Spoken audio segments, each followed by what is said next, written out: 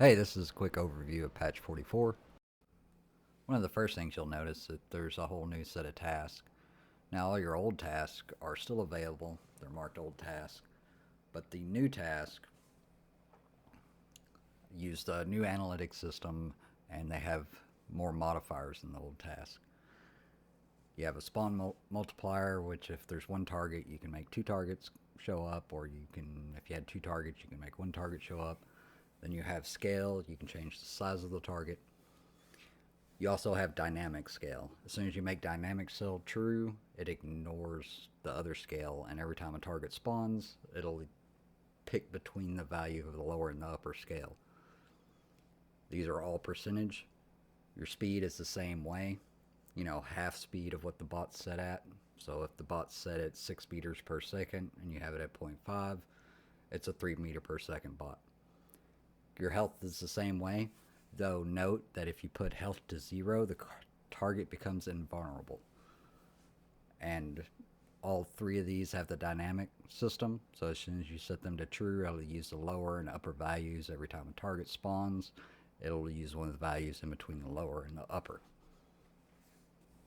You can also access the workshop information here, which will allow you to favorite, sync it if there's been a change, delete it, or vote on it, or follow creator.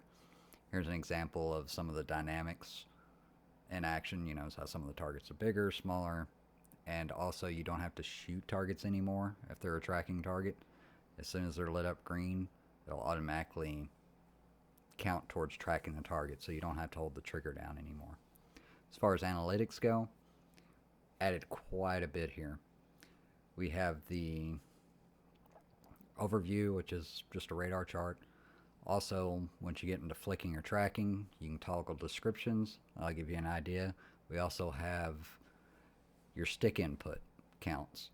So it tracks what you're holding your stick input at. So you can see sort of where you're settling at as far as tracking targets with whatever curve you're using or sensitivities you're using.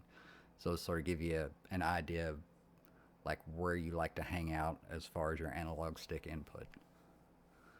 There's also a historical, which this will hold up to about 20, 25 points. So you can see if you're trending up, trending down.